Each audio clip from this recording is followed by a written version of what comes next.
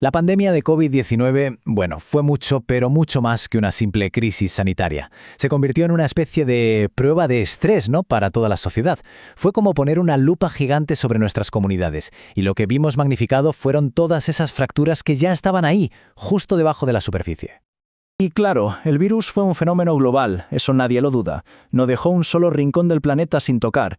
Pero, y este es el gran pero, su impacto estuvo lejísimos de ser igual para todos. De hecho, pasó todo lo contrario a lo que algunos pensaban al principio. Lejos de ser un gran igualador, la pandemia funcionó como un gran divisor, haciendo todavía más grandes las brechas que ya existían entre nosotros. Miren, esta cita de un informe de Flaxo Argentina lo clava. Es que la crisis en la práctica fue como si descorrieran una cortina de golpe y nos mostraran de una forma muy cruda esas fallas estructurales sobre las que están construidas nuestras sociedades. Ok, vamos a profundizar un poco en esto. Si miramos a América Latina, por ejemplo, tenemos un caso de estudio perfecto de cómo la pandemia no creó la desigualdad, sino que la hizo muchísimo más evidente, la puso bajo los reflectores. De repente quedó al descubierto la enorme fragilidad de los sistemas de protección social, la famosa brecha digital que separó a quienes podían seguir trabajando o estudiando desde casa de los que no, y unas injusticias laborales tremendas. Un ejemplo que es especialmente dramático es el de Brasil, donde las mujeres negras, que son la columna vertebral de los trabajos de cuidado, quedaron en la posición más expuesta y vulnerable de todas. Esta es la pregunta del millón, ¿no? Para entender de verdad lo que pasó, no sirve de nada mirar solo la crisis. Tenemos que ir más atrás, escarbar un poco en las raíces históricas y económicas de estas divisiones. Y es justo aquí donde el trabajo de un economista como Thomas Piketty se vuelve fundamental. Porque lo que la pandemia magnificó no es un fenómeno de ayer, sino el resultado de tendencias que llevan siglos desarrollándose. Si le echamos un ojo a esta línea de tiempo, vemos que el camino hacia una mayor igualdad nunca ha sido un paseo tranquilo y en línea recta.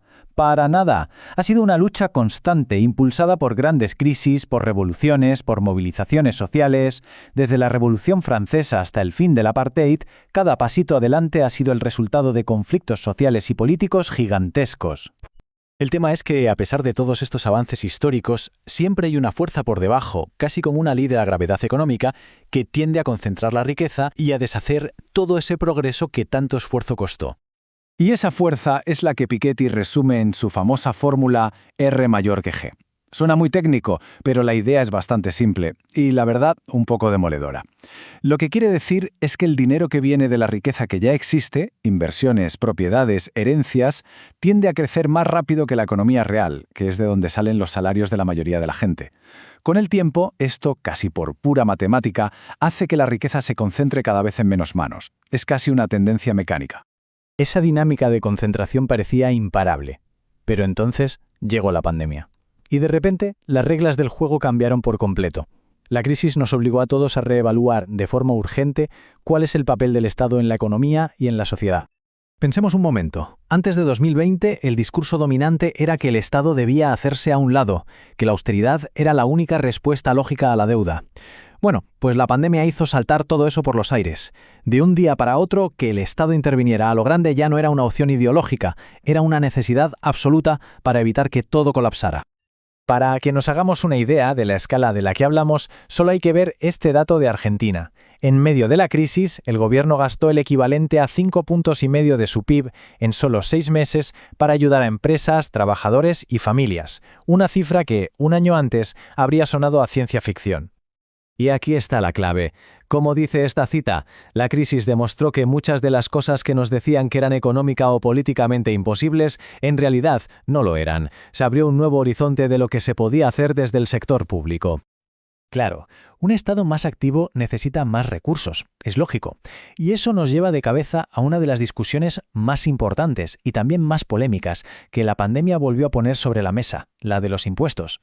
La conversación de repente cambió. Ya no era si debía haber impuestos o no, sino cómo se podía diseñar un sistema fiscal que por un lado financiara un estado de bienestar fuerte y por otro empezara a corregir esas desigualdades tan bestiales. Esta cita de la publicación de Flaxo es brillante, porque va al meollo del asunto. Esto no es una cuestión técnica de contables, es una elección política y social de primer orden. La verdadera discusión es cómo se reparte la carga para sostener a la comunidad. Y esta tabla, es que habla por sí sola. Muestra lo mucho que hay en juego. En la Unión Europea, los impuestos sobre la renta, que son progresivos, consiguen reducir la desigualdad en casi un 40%. En cambio, en América Latina, el efecto redistributivo de la política fiscal es mínimo, apenas una reducción del 6%. La diferencia es simplemente abismal y demuestra que hay un margen de maniobra enorme. Entonces, a partir de este diagnóstico, las recomendaciones que surgen son bastante claras. Hay que avanzar hacia reformas fiscales que sean de verdad progresivas, donde quienes más tienen, más aporten. Hay que rechazar de plano la austeridad como receta de salida de la crisis y, al contrario, fortalecer al Estado para que pueda garantizar el bienestar de todos. Y todo esto nos trae hasta hoy. La pandemia abrió una ventana de oportunidad, no hay duda, pero también desató una batalla por definir cómo va a ser el mundo que viene. La gran pregunta ahora es si esas lecciones que aprendimos se van a convertir en cambios de verdad o si poco a poco todo volverá a ser como antes. A ver, repasemos un momento lo que nos ha mostrado esta lupa. Primero, que la desigualdad no es un destino inevitable, es el resultado de decisiones políticas.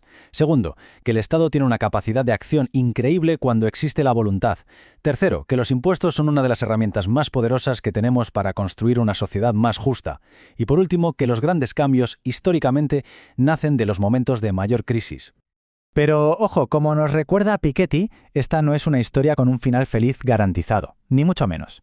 La lucha por la igualdad es un proceso histórico que no termina, lleno de avances y también de retrocesos. No hay una victoria final, solo una batalla constante por construir una sociedad un poquito más justa. Y con esto cerramos. La pandemia nos mostró, sin que pudiéramos negarlo, las grandes fallas de nuestro sistema, pero también nos demostró que es posible hacer las cosas de otra manera. La gran pregunta que queda en el aire es, como sociedad, ¿qué camino vamos a elegir en los años que vienen? La decisión, al final, es nuestra.